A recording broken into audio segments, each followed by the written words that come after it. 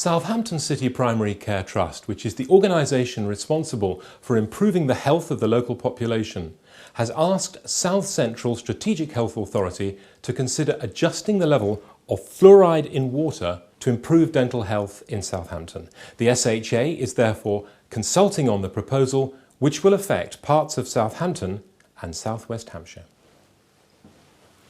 Sandra White, you are ideally qualified to talk about fluoride. What's your background? Well, my background is as a clinical dentist. I was working in a surgery for about 20 years and now I'm a consultant in dental public health. What's the current state of oral health in Southampton? It's not good, is it? No, sadly it is poor, despite a number of initiatives from the local primary care trust have tried lots of things to try and improve it. But it is poor, and it's worse. In the 5-year-old survey that they did, they found out that the dental decay rates were higher than in the rest of the country, the national average. And the impact of that is pain, obviously, and treatment that's needed. And last year there were around 500 children that had to have a general anaesthetic and 3,000 teeth taken out. So that's the sort of impact of it, really. It must be very distressing for dentists to have to treat very young children with very poor teeth. Yes, I think if you asked any dentist what it's like to treat little children that need treatment, they'll all be able to give you an example, you know, dentists, dental nurses, people that are in the surgery, of how upsetting it can be, really. Nobody likes injections and having extractions, but with little children it's particularly upsetting. And I can remember the first time I cried as a dentist was when I came back off maternity leave, and I had to take out all of the teeth of a 4-year-old that had got just decay everywhere. And I remember taking the teeth out. I was very professional, and then I cried because I'd just come back from maternity leave, and there was this little tot who'd had to have all her teeth out, and it is upsetting. And it does focus you about trying to think about how you could prevent that. You know, rather than treat it, rather than take teeth out or put fillings in, how could you actually prevent that decay in the first place? Sandra, what areas would be covered by the proposed scheme? There would be small parts of Totton, Netley and Eastleigh, and then a big chunk of Southampton. Do you have figures that tell you how many teeth could potentially be saved if fluoride was added to water? Well, when we had an independent economic evaluation of the costs and these sort of issues looked into, they worked out that over 20 years it would be around 36,000 individual teeth of children that could be saved by the fluoridation.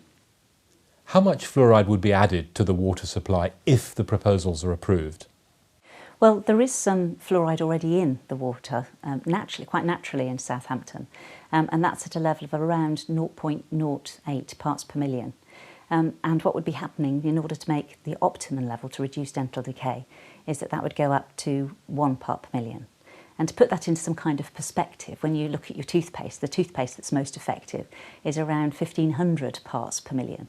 And you find it quite naturally in tea. You'd find 9 parts per million in a cup of tea, and you find it in other foodstuffs and naturally in water and naturally in bottled water. So it was, as I say, it's adjusted to 1 parts per million. Where else in the world has fluoridated water? Well, a huge amount of America is fluoridated. 300 million people worldwide are, and there's a big chunk in America. In Australia, in Europe, we have Spain and Ireland that have fluoride in the water. And in England as well, you know, there are 6 million people in England that have water that's been adjusted to the optimum level. So Southampton wouldn't be the first place in Britain, in the UK, to be fluoridated then? No, for decades the West Midlands and the North East parts there have had water adjusted to the right level. Some people believe, don't they, that fluoride is added to water already, perhaps across the south of England, perhaps in Southampton? Yes, I mean, from opinion polls, most people, if you ask them, is the fluoride in your water, they feel that it's already been, added to the water. But that's not the case. It's probably about 10% in this country has got fluoride. Sandra, is there a downside to fluoridation? Yes, I mean, scientific evidence would suggest that there's an increase in something called fluorosis. And fluorosis affects your teeth, and it looks like a pearly white flecking of the teeth. And dentists can notice it. People don't always know they've got it themselves, but it can be noticeable. Critics might say that fluoridation is a form of mass medication, if you like. Do they have a point? It's a public health measure. It's a preventive public health measure. And in the same way as adding folic acid to bread, in the same way as reducing smoking in public places, mass immunisation, that's why it's being carried out. It's to prevent disease. And it's around the common good, really, to try and do things for the most vulnerable in society. People are very cynical these days. They might believe the Strategic Health Authority has already made its decision and this whole consultation process is just a sham. No, I mean, if this is a consultation, this is to find out what the public think. It will be the Strategic Health Authority Board that will make the decision in the future. And to do that, they will weigh up the scientific research, public opinion, all of the views of people, and try and make a balanced decision that will be the best really for Southampton. Will it be a genuine consultation? Because I think sometimes people feel it's a sham. Yes, I know what you mean. It is a genuine consultation. We do want to find out what people think. Up until now, we've had what we've called an engagement, where we've gone out and asked people what sort of things they want in the consultation, so that we're hopefully providing the information that we know people want. When we've been out before, they'll say, oh, you know, how many teeth will be saved, or where's it going to be? So that's why we've tried to build what information we've got now on what we've found out so far. Sandra, what if the majority of people come down against the addition of fluoride to the water supply? Well, this is a consultation, but it isn't a straightforward vote. We have to look at the balance of the evidence with this as well. So it is about what people feel, but the Strategic Health Authority Board will also have to look at why they feel the way they feel and whether there is good scientific basis behind their concerns. And so it's about weighing, you know, the evidence with people's views.